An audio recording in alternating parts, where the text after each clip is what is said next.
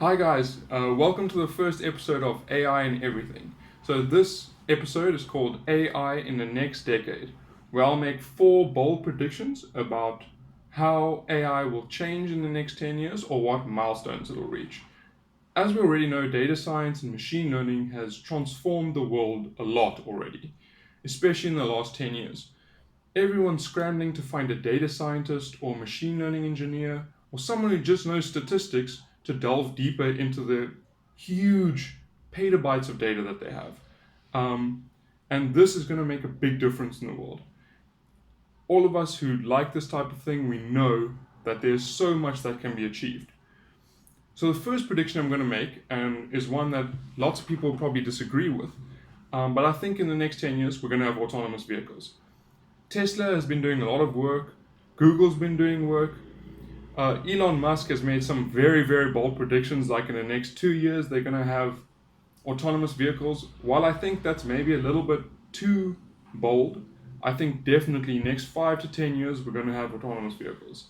To give you some background, uh, Tesla has sold roughly 700,000 vehicles, of which about 90% of them have some form of autopilot on it. So all these vehicles, say 650,000, are constantly gathering data. They're constantly learning and learning. And as Tesla sells more vehicles, the amount of data they're going to get is going to increase exponentially.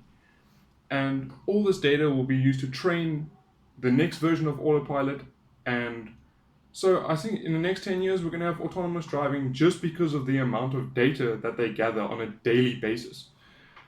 Um, Elon Musk has already launched with Tesla some autopilot type things, like you can now call your car essentially to come pick you up at the entrance of a mall or something like that. It's very, very basic, but that's already a start. And if you watch videos on YouTube about how some Teslas have prevented crashes and stuff, they genuinely do a good job. And lots of the media says, "Oh no, but Tesla has done such terrible things." Um, People, every time you see a crash in a Tesla, everyone makes a big deal about it. But the truth is that no one tells you about all the times where Tesla actually stopped someone from crashing into them. So it makes a big difference, and I think in the next 5 to 10 years, we're going to see huge increases in, or huge leaps forward in autonomous vehicles. The next bold prediction I'm going to make is the rise of the data company. Now, I think lots of people will say, but that's already a thing. Google, Facebook, Amazon. Yes, these are data companies, and lots of their business is based on data. But the rise of the data company is something slightly different. Whereas Amazon, Facebook, Google, all of their data is used to either sell to other people for marketing or sales, or advertising. Aerobotics. So in Cape Town, there's a company called Aerobotics and another one called Data Profit. Now, these companies are good examples of it. So Aerobotics uses aerial imaging and video of farms to pretty much solve agricultural pests and things like that, and improve production of fruit or vegetables and things like that. And Data Profit uses imaging in manufacturing to reduce waste. Now you can see these are things that can really make a difference in these industries, and that's the next step or the next link in the chain that you'll see in companies in the world. Uh, these AI companies are going to change everything. They're going to reduce costs for companies. They're going to solve massive problems because their sole goal is to focus on how can we solve this problem using this data, or what new kind of data can we get to solve this problem better.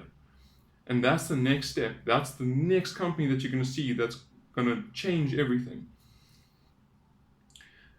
The next prediction I'm going to make is lots of services in particular, and products to an extent, are going to get significantly cheaper. And the reason for this is through robotics and the Internet of Things and machine learning, lots of processes can be automated and or perfected. So in manufacturing already, they're using robots to weld and perform a bunch of different other tasks that previously people did. Now, the thing about robotics is it's near perfect every single time, and it can work 24 hours a day. And what that also adds on is a reduce in costs. A big capital investment in the beginning pays off for a long time. And so a good example again is actually Tesla. Tesla, while lots of companies have automated certain tasks, Tesla has tried to automate as much as possible of the manufacturing process. And in the future, as these processes improve, the cars are going to get cheaper, or other services like I came across a company called Naked Insurance. Now, currently they just do car insurance. But when I was looking for car insurance quotes, they were the cheapest by about 100 Rand a month. It was a reduction of about 25% on the next cheapest product I could find. And Naked Insurance's sole goal is to use AI to automate as much of the process as possible. So you don't have to deal with people like taking down information and stuff. The whole process took me 3 minutes. 3 minutes to get insurance. It was amazing. I was so stoked about it.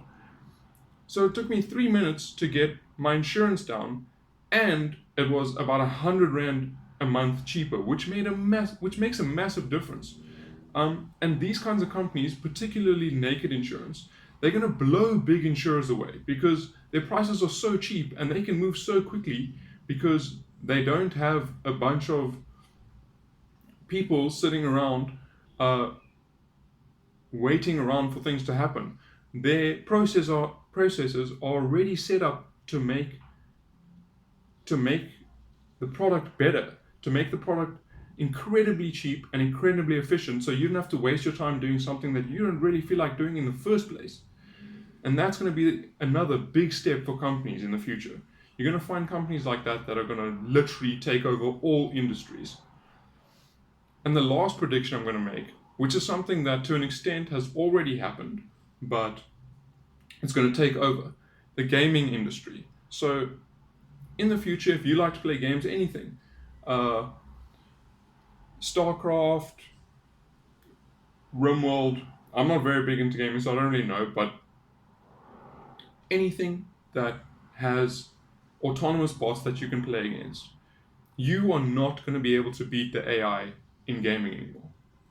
As we can see with AlphaGo, Lee Sedol beat 4-1 by AlphaGo. DeepMind built this algorithm, it learned by itself, and after 14 days, it was incredibly good at the game.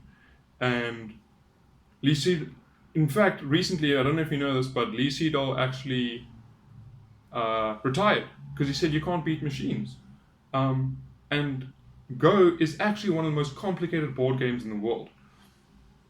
So you're going to see in the future, you're not going to be able to beat the AI.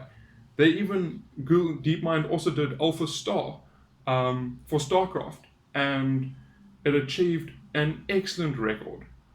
It's like right up there with some of the best StarCraft players in the world. And you're going to see in the next, probably less than 5 years, it's going to take over the game, and you're not going to be able to beat the gaming AI anymore. So that's just something to look out if you like to game. That's something that's going to change. And you'll have to develop some new skills to see if you can beat the AI.